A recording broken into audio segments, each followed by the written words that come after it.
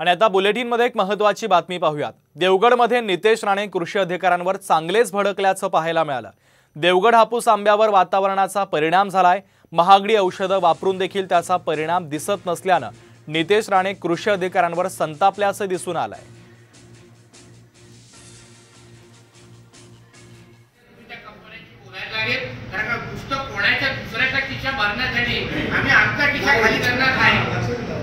बरोबर आहे ना।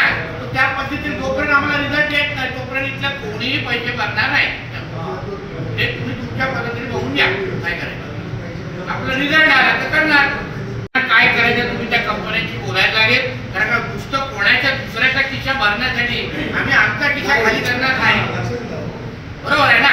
तो त्या पद्धतीने जोपर्यंत आम्हाला रिझल्ट येत नाही तोपर्यंत इथला कोणीही पैसे भरणार नाही। हे तुम्ही तुमच्या पद्धतीने बघून घ्या काय करायचं। आपलं रिझल्ट आला तर करणार।